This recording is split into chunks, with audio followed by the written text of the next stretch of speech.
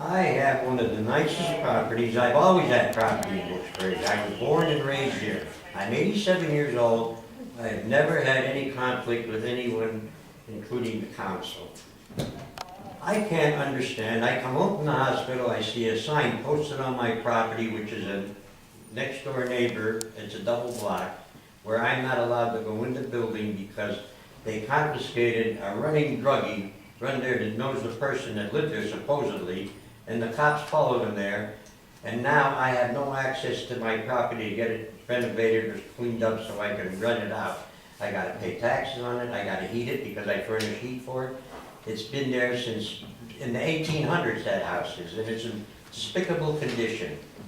The lawns are cut, the brushes are cut, everything is good, nice. I police the street, from Lehigh Street to Hill Street. The storm drains, the gutters, pull the weeds out of the gutters, pick up bottles and throw them in my, and I come home and I see this, it's just, I can't, but let me ask you this. How does that correct the drug situation in the city of Wilkes-Barre by closing my house or any house down that belongs to a paying citizen? How does that help the situation? An empty house is worse than one that's occupied. Okay, you ask all your questions at one time, and then we'll try to get answers for you. Okay, do you have any other questions? No. That's it? You're done with your presentation? Or do you have more to say? What was that? Do you have anything else to say, or are you? No, I just want to, I can't understand why I'm being penalized when everybody else has gone free. Okay. Okay. Greg, you want to comment on that? Mr. Morris, in all due respect, and you're probably a very good landlord, the unfortunate part is the majority of these landlords that are renting to drug dealers are, what we found in the past is we would take one out and there'd be another one there the next day, and there'd be another one there the next day. And they're the bad landlords. And unfortunately, when you have a law, it affects the good landlords as well as the bad landlords. We're doing the best to clean up our neighborhoods by telling landlords and absentee landlords that we really don't want owning property in the city of Wilkes-Barre, that if they're gonna rent to individuals who are illegally selling drugs or possessing illegal weapons, we're gonna shut you down. We do not want that type of traffic in your neighborhood. So we feel it's been very successful because it sent a strong message to the absentee landlords that they must watch and know who to rent to. We found many times after a drug raid, the person that had rented the property is not living there.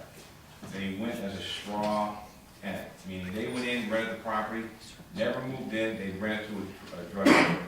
We go, our police officers go, they put their lives on the line, raid the property, take the individual out, and within the next 48 hours, you have another drug dealer selling the same drugs out of that property.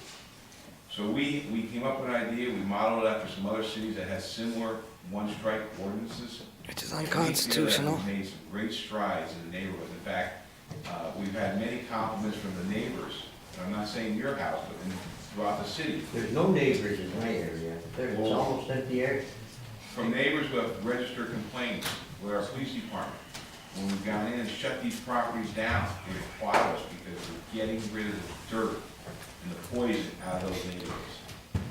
And look, I feel bad because I know you, and I know that you'd be a good landlord and a good property owner. You fall in the mix of a good property owner. You're not the only one. There's been others.